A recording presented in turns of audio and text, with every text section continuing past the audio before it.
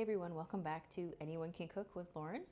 I am Lauren, and today we're going to be making a sirloin filet steak in the cast iron on the stove, along with some roasted Brussels sprouts.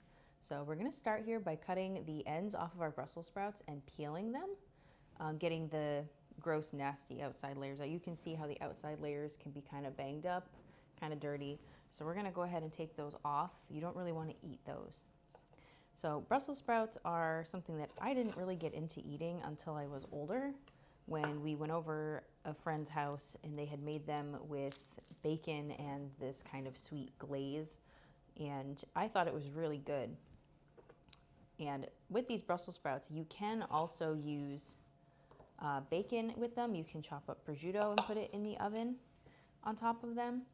It's just a really simple side dish to make. You just put them in a bowl here after you cut them up, put your seasonings with some oil, put them on a pan, and just toss them in the oven.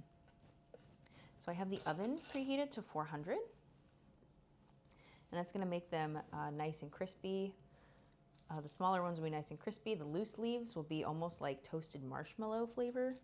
Like, it's actually really, really good. Those are like the nice little satisfying crunchy bits. And then the outside obviously will get nice and roasted up as well.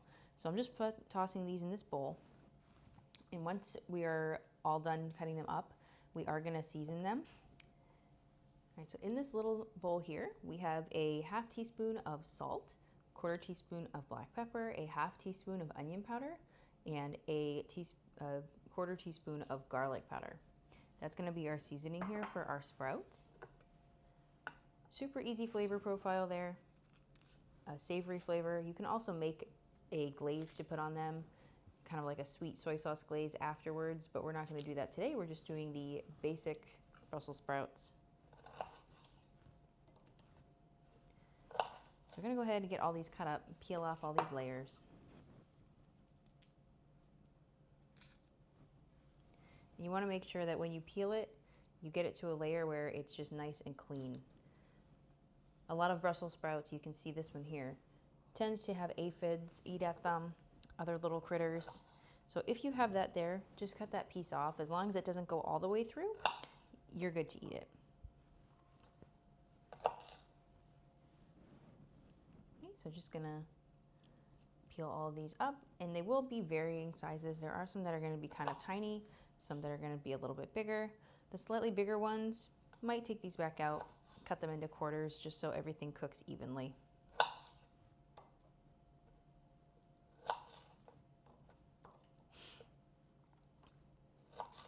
So question of the day, what is a vegetable that you like now that you could not stand when you were younger? For me, it's probably Brussels sprouts. Another one is lettuce. I did not like lettuce most of my life. I still don't really like lettuce all that much. I will eat it, but if I have a salad or something, I use arugula and green leaf lettuce. It's a lot more tender than just a head of lettuce. But yeah, let me know in the comments what you guys think. Maybe I'll try and make some of those vegetables here on the channel sometime. And when you are choosing Brussels sprouts, it's important to make sure that they're firm. Like, I had to throw away a few that were in the bag because they were just too soft. When they're too soft, they're not gonna have a good texture when you cook them. They're not gonna taste that good. Those ones are getting wilted and they're a little past their time. So with a Brussels sprout, you wanna feel that the head of the Brussels sprout is firm when you squeeze it. It's not squishy. You may need to peel off some layers in order to get that firmness. But as long as it is firm, it's good to eat. And when you peel them as well, you can wash them, but if there's just layers upon layers of messy leaves and dirty or bugs, just toss it. It's not worth trying to get it.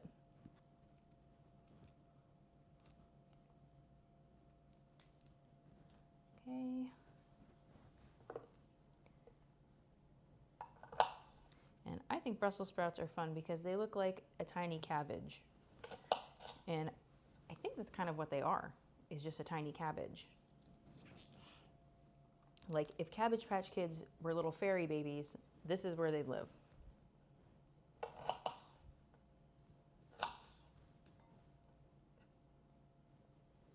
And for cutting these up, I'm using a pretty small knife. You don't need to use anything big for these. They're not hard to cut through. You just want to be careful when you're holding it not to get your hands in the way. I have done that almost multiple times. Not with Brussels sprouts, but with other things. I will say, try not to cook at midnight. And that's the advice I have for you today. Right.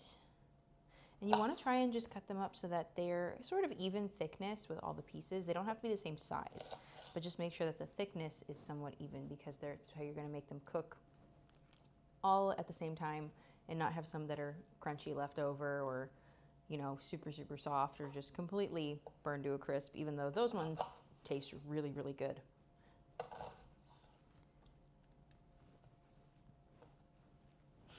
I made these for my cousin one time, and he said those are the good bits.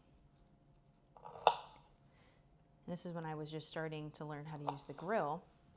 And I remember learning how to use the grill, making wings or steak or anything. I would have him flip the meat because his arms are very long. And I was afraid of burning myself, so I would ask him to come and flip whatever was on the grill because it was too hot for me. So this one here, that Brussels sprout had a little bit of too much scarring on one side. It went kind of through the Brussels sprout, so that half is unfortunately no good, but the other half is fine. All right, so now that we have our pile of cabbage leaves here, we're going to take our bowl of Brussels sprouts and we're going to drizzle some olive oil on top. Just a couple passes, so maybe 1, 2, 3, just to kind of coat the top. And we're going to sprinkle our seasoning mixture over the Brussels sprouts. You don't have to use all of it if you don't want to, but it's a good baseline for measurements just to see what you like. So we're going to take this spoon here and we're going to just mix them around, get all of the seasoning distributed evenly, all the oil even on there. You can even add a little more oil if you feel like you need to, because these can be a little dry. Another way that I like to do this is putting them in a Ziploc bag and just shaking them up. I do that for a lot of things. Might need a little more oil on these. That seasoning can be a little dry.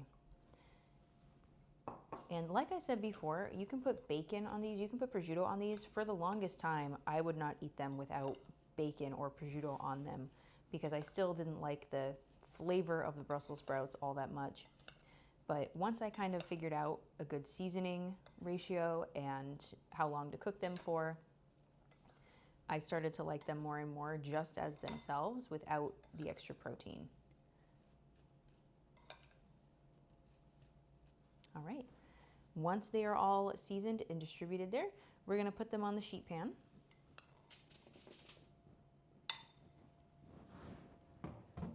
And what I like to do is I like to spread them out on the pan here. And what we're gonna do is just kind of lay them so that the round side is on the bottom. So they're kind of balancing on their little backs there, because that's gonna make sure that the inside roasts in the oven. It's not gonna be tough or undercooked, and the heat can get distributed through the whole Brussels sprout. It's not that big of a deal, but it's just one of those things that I'm picky about. And you can see all these nice loose leaves here. These are all gonna cook and become extra crispy. If you can't tell, that's my favorite part. I like that it tastes like a roasted marshmallow almost, without the sweet.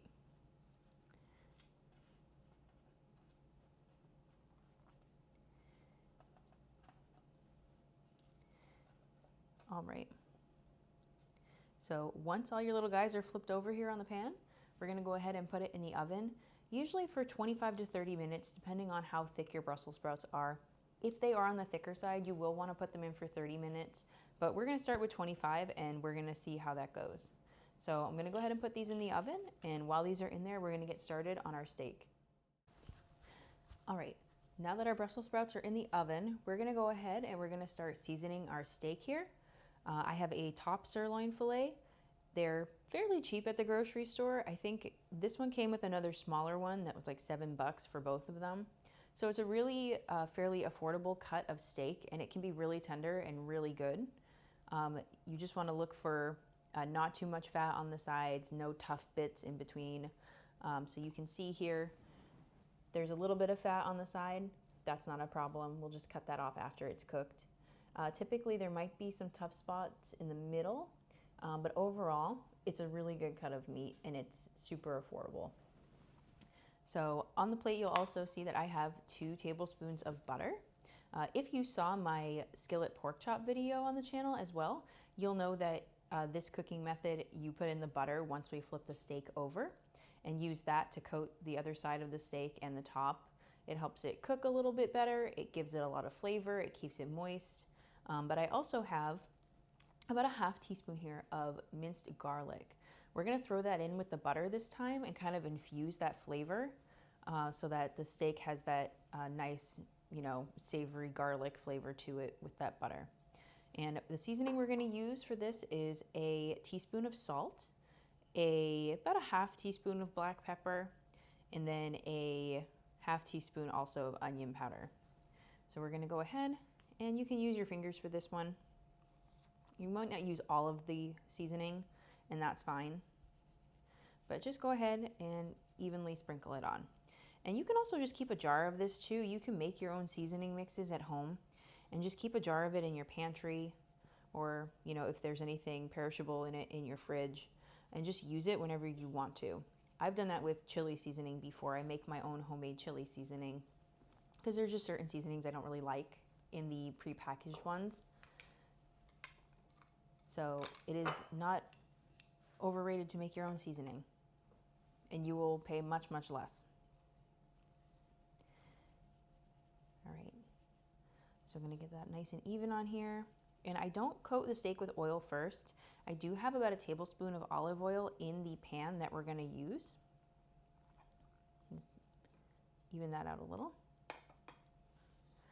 And that is gonna be the oil that we use to cook the steak. If you coat it with oil, you do risk kind of the seasoning coming off a lot easier. So I tend to not do that. I just let it sit for a bit, let the seasoning stick to the steak. Even maybe, press it down a little bit, help it out. If there's any spots that you missed, just go back in, sprinkle a little more on. But this should be good for that. So once our timer over there reaches about 15, 16 minutes, we'll go ahead and heat up the pan on medium heat, and then we'll start the steak once that pan is hot. So we still have about a good 5 minutes left on the timer until we need to do that. So we're just gonna hang out for a bit, and I will see you guys when it's time to go over to the stove. All right, so we have our pan here. It's all heated up. You can see the olive oil in here, and I'm just gonna tilt the pan to evenly coat it with the oil real quick. Just making sure that end's not too hot. As usual, the handles on this pan can get very hot even before it's gone in the oven. And we are going to finish this steak in the oven like we did the pork chop. So looks like the pan is ready to go. So we're gonna go ahead and put our steak on the pan. Oh yeah. And we're gonna let it cook. My method of cooking for steaks, for pork chops, things like that, when they're about 1 inch to 1.5 inches thick, my method of cooking is 4 minutes on one side, 4 minutes on the other side, and then you flip it back to the first side, and it's 4 minutes in the stove. So the timer started here at 12 minutes. So once it hits 8 minutes, we're gonna go ahead, flip it over, add the butter, do all of that. Once it hits 4 minutes, we're gonna flip it back to the first side and put it in the oven with our Brussels sprouts and just let it finish in the oven. I have the stove here on medium heat. Might turn it down just slightly below medium, but generally medium heat is what you want.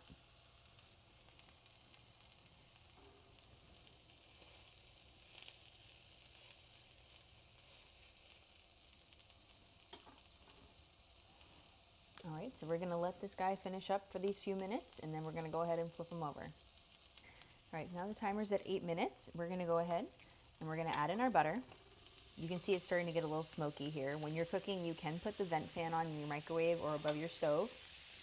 We're gonna toss that garlic in too, but just to keep your fire alarm from going off if it's sensitive to that. But since I'm talking to you guys, I cannot use the vent fan, so we're just gonna bear with it for now. So go ahead, start cooking that garlic in there with that butter, and then you can flip the steak over. And what I like to do is I like to tilt the pan, kind of move some of that butter underneath where I'm about to put it, and then put it there. And just use your tongs or whatever you're using to flip your steak, and just push the ends down a little bit so that it evenly cooks those parts too. Once those get warm, they'll start to settle down a little bit, but I find that tends to help a little. All right. So now that our steak is in the pan there, I'm going to grab a spoon, and we're going to start spooning some of the butter over the top. I have my spoon. So we're going to go ahead, and I'm going to very carefully, at the end of this handle, because the front is hot, I'm going to tilt the pan over, move the butter around a little bit, get all that in there, get some of the garlic in there, and I am going to spoon it over the top. You can see that it's bubbling. It's nice and hot. So this is going to help evenly cook that top side as well, but also keep it nice and moist. And you want to try and get it down the sides too.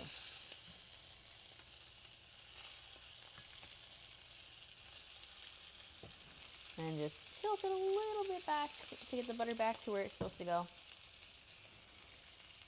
And then we're going to let that sit, and we're going to let that cook until it reaches 4 minutes, and then we're going to go ahead and toss it in the oven. All right, so the steak is pretty much done on this side, so we are going to turn off the burner here. We're going to grab an oven mitt. You can see it's starting to get a little smoky. There is a minute left on that timer, but we're going to put it in anyway. So I'm going to tilt the pan once more, put some of that butter on there, and we're going to toss this in the oven for the rest of the timer.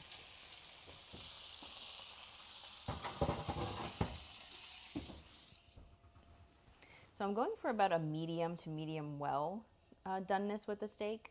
You can tell by when you cut into it, it's going to be medium if it's more of like a bright pink in the center and less brown around the edges. Well, medium well is going to be a little less pink in the center, more brown around the edges. So we're just going to let that finish up there in the oven. We'll go ahead and do a poke test after, check on the Brussels sprouts, and then we'll see how we did. All right, everyone, welcome to the oven. We are going to go ahead and check on the steak and Brussels sprouts. It did get a little smoky, I'm not going to lie. I had to open up the back door and turn the pans on. But let's show you how we did. You see the Brussels sprouts are getting nice and crisp. You can see the nice little leafy bit here. Super crispy and a little hot. And the steak looks pretty good. We poke test, and it feels like it's done. So when the meat springs back up when you poke it, that means it's probably medium well, and it's a good time to take it out of the oven. So we're going to go ahead, I'm going to take these out, and we're going to see how we did. All right, so we have our finished steak and Brussels sprouts here. It looks awesome. The steak did get a little dark, not going to lie, but mistakes happen. So just less heat on the pan next time. So I'm going to go ahead, I'm going to try a Brussels sprout first. Let's see. You can see the outside of the sprout is nice and crispy and browned. You can still see that seasoning on there. Yeah, those are good. I feel like the right amount of seasoning too. And we're gonna try a crispy bit. It's like a little Brussels sprout chip, but still very good. If you like, campfire taste, it's kind of like a campfire taste. I think that's a good thing personally, but let me know in the comments if you like the burnt taste or don't like the burnt taste. And we're gonna go ahead and cut into our steak here and see how we did. Feels pretty firm. I did let it rest for a couple of minutes just to let those juices redistribute. So let's go ahead and see here. The meat is really tender. So as you can see, this is more of like a medium well type of steak because we did cook it a little too much on the stove, but I'll show you here. It is going to be more cooked towards the ends as well. You'll see that there is that slightly pink center there, a little bit cooked as well on the edges, but overall it looks really good. So we're going to see how we did.